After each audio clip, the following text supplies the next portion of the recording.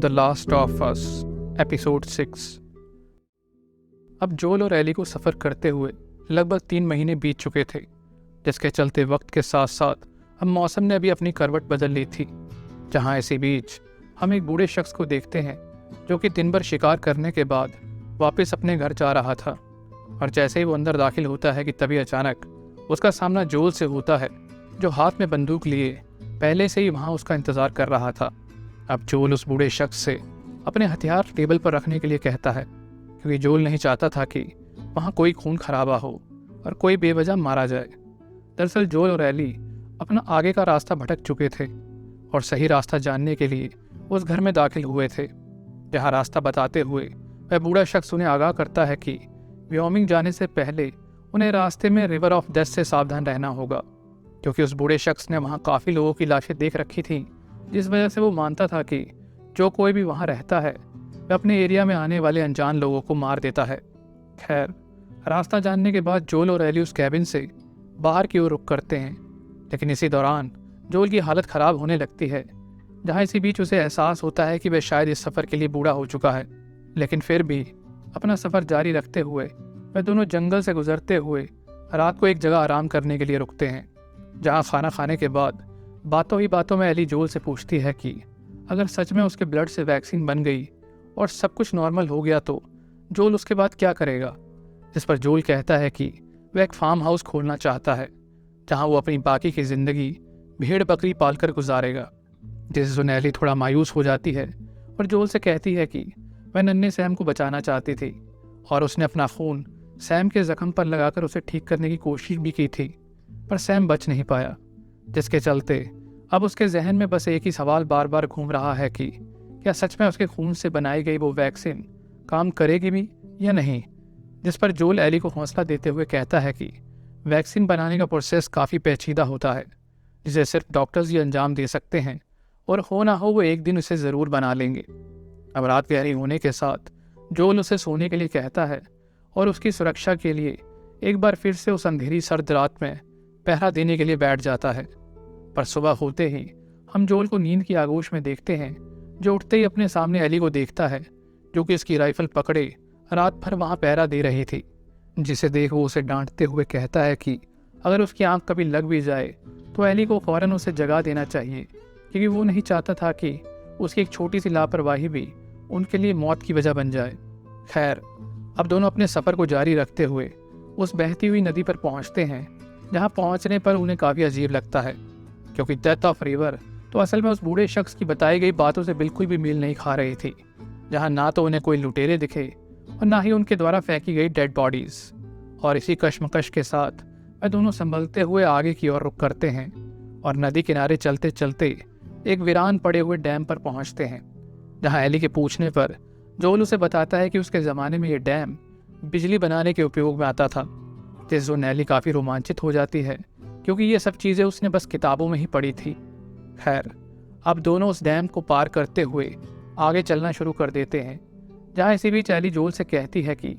हो ना हो यही रिवर ऑफ डेथ है। और इससे पहले कि वो दोनों कुछ समझ पाते, कुछ घुड़सवार वहाँ आकर उन दोनों का घेराव कर लेते हैं। अब टोली की मुखिया उन दोनों अजनबियों को अपने इलाके में देख उनकी जांच करने का आदेश देती है, जिसे देख जोल काफ़ी घबरा जाता है, क्योंकि अगर उन लोगों को पता चल गया कि एली एक इन्फेक्टेड है तो वे तुरंत उसे मार डालेंगे। पर टोली के द्वारा भेजा गया स्निफिंग डॉग भी एली के इन्फेक्शन को नहीं पकड़ पाता, उल्टा एली उस डॉग के साथ खेलते हुए नजर आती है। अब मुखिया के पूछने पर जोल उसे वहां आने की वजह बताता है, जिसे सुनते ही वो लोग फौरन उन दोनों को अपने साथ लेकर चल देते हैं,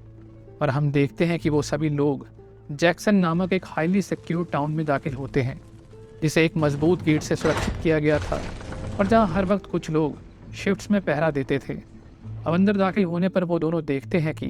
वह कुछ लोगों द्वारा बसाया गया एक छोटा सा टाउन था, जहाँ 24 घंटे बिजली और खाने पीने के लिए पुख्ता इंतज़ाम थे।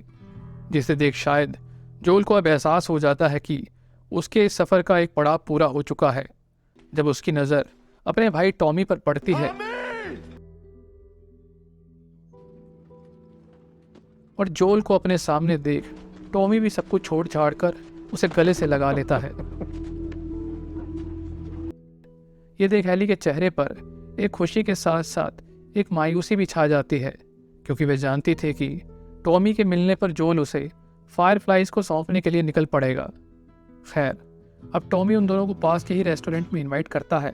जहाँ खाने के दौरान बातों ही बातों में वो जोल को बताता है कि उसने कुछ वक्त पहले शादी कर ली है, जो कि कोई और नहीं बल्कि वही मुखिया थी जिसका नाम मारिया था। अब ये सुन जोल कुछ देर के लिए शांत हो जाता है, क्योंकि जिस भाई को वो अकेला समझ रहा था वो तो पहले ही अपनी एक नई दुनिया बसा चुका था, जहाँ एली के कहने पर वो उन दोनों को शादी की मुबारकबाद भी देता है। खैर, अब खाने के बाद मारिया उन दोनों को टाउन का दौरा करवाती है, जहाँ वो उन्हें बताती है कि कैसे उन्होंने 24 घंटे बिजली का इंतज़ाम किया, और साथ ही बताती है कि वो लोग रेडियो से दूर ही रहते हैं ताकि लुटेरों को उनकी लोकेशन का पता ना चल सके। शायद यही वजह थी जब एपिसोड 1 में रेडियो ऑपरेटर ने जोल से कहा था कि टॉमी का काफ़ी समय से रेडियो पर कोई सिग्नल नहीं मिला है। पर यह सच्चाई जानकर जोल काफ़ी मायूस हो गया कि उसके खुद के भाई ने ही जानबूझकर मारिया के कहने पर उसे कोई रेडियो सिग्नल नहीं भेजा था। जोल के चेहरे पर एक खामोशी देख मारिया समझ गई थी कि वो टॉमी से अकेले में बात करना चाहता है, इसलिए वह एली को अपने साथ लेकर वहाँ से चली जाती है। अब टॉमी जोल को लेकर एक बार में पहुँचता है, जहाँ उसके पूछने पर जोल आधा अधूरा सच ही टॉमी के सामने रखता है। वह उसे बताता है कि टेस्ट बिल्कुल ठीक ठाक है और वो दोनों पैसों के लिए एली को उसकी खोई हुई फैमिली तक पहुंचाने का काम कर रहे हैं, और वह चाहता है कि टॉमी भी उसके साथ इस सफ़र पर चले। लेकिन टॉमी उसे ये कहकर मना कर देता है कि वो जल्दी बाप बनने वाला है और उसे वहीं रहकर मारिया की देखभाल करनी पड़ेगी, इसलिए वह उसके साथ नहीं चल सकता। जिसे सुन जोल नाराज़ होते हुए वहाँ से चल देता है, और वहाँ से बाहर निकलते ही उसकी नज़र भीड़ में खड़ी हुई एक लड़की पर पड़ती है, जिसे देखते ही उसे अपनी बेटी सैरा की याद आ जाती है। और इससे पहले कि वो कुछ समझ पाता, अचानक उसकी तबीयत फिर से ख़राब होने लगती है, क्योंकि शायद वो जान चुका था कि वो इस सफ़र के लिए कमज़ोर पड़ चुका है, और शायद इसलिए वह टॉमी की मदद चाहता था। वहीं दूसरी ओर मारिया एली को लेकर अपने घर पहुंचती है, जहां नहाने के बाद वो एली को एक नया हेयर कट देने में जुट जाती है। जहां बातों ही बातों में एली के पूछने पर वो उसे बताती है कि वो पेंडेमिक से पहले एक लॉयर हुआ करती थी, जिस दौरान उसे अपने बेटे केविन और जोल ने अपनी बेटी सैरा को खोया था। और हम देखते हैं कि पहली बार जोल की बेटी के बारे में जानकर एली को काफ़ी हैरानी होती है। अब शाम होते ही जोल अपने अगले सफ़र के लिए अपने ख़राब हो चुके बूट्स की मरम्मत में जुट जाता है, जहां इसी बीच टॉमी भी वहां आ जाता है और उसे नए जूते देते हुए उससे माफ़ी मांगता है, जिसे देख अब जोल से भी रहा नहीं जाता, और वो उसे सारी सच्चाई बताते हुए कहता है कि टेस अब उनके बीच में नहीं रही, और वो असल में मार्लिन के कहने पर एली को फायरफ्लाइज के कैंप पर छोड़ने जा रहा है, क्योंकि एली इम्यून है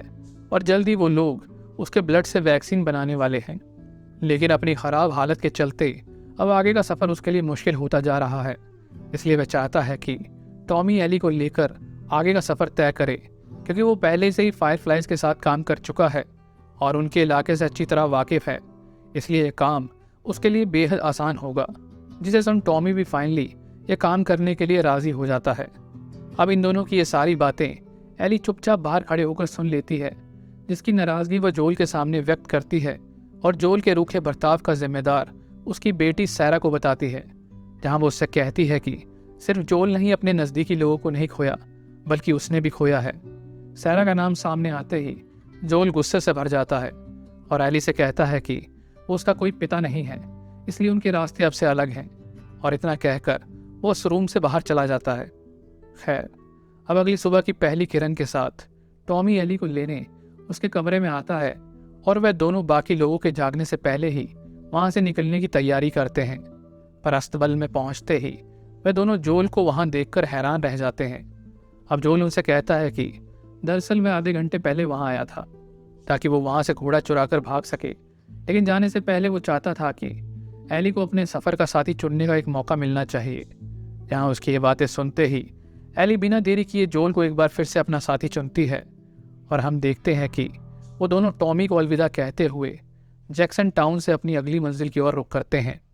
अब शायद पिछली रात की घटना के बाद जोल और एली में अब पहले से भी ज़्यादा अच्छी बॉन्डिंग हो गई थी, जिसके चलते अब फाइनली जोल एली के हाथों में बंदूक देते हुए उसे आने वाली मुसीबतों के लिए तैयार करते हुए दिखाई देता है। और इस तरह दोनों का सफ़र बातों ही बातों में अपने मुकाम की ओर पहुंचता है, जब वो दोनों टॉमी की बताई गई लोकेशन पर कोलोराडो की एक यूनिवर्सिटी में पहुंचते हैं, जो कि फायरफ्लाइज का कैंप होना चाहिए था। पर वहां दाखिल होने के बाद वे दोनों पाते हैं कि किसी वजह से फायरफ्लाइज के लोग पहले ही वो कैंप खाली कर चुके थे और रातों रात किसी और जगह शिफ्ट हो गए थे। अब वे दोनों मैप में लोकेशन देख ही रहे होते हैं कि तभी अचानक कुछ लुटेरे उनका पीछा करते हुए वहां आ जाते हैं। चालाकी से जोल और एली पीछे के दरवाजे से निकलने में सफल तो हो जाते हैं, पर तभी अचानक एक लुटेरा उन पर हमला कर देता है और इससे पहले कि उन्हें मार पाता वो खुद जोल के हाथों मारा जाता है। जहां इसी बीच एली की नज़र जोल पर पड़ती है और फिर अब इससे पहले कि वो लोग उन्हें पकड़ पाते, एली अपनी गन से उन लोगों पर ताबड़तोड़ गोलियां चलाना शुरू कर देती है, जिसकी बदौलत वो दोनों वहां से भागने में सफल हो जाते हैं। लेकिन कुछ आगे जाने के बाद काफ़ी खून बह जाने के कारण जोल बेहोश होकर अपने घोड़े से नीचे गिर जाता है, जिसे देख एली उसे बचाने के लिए काफ़ी जद्दोजहद करती है, मगर उससे उठता ना देख उसकी आंखें भी आंसुओं से नम पड़ जाती है और इस तरह इस एपिसोड का अंत हो जाता है।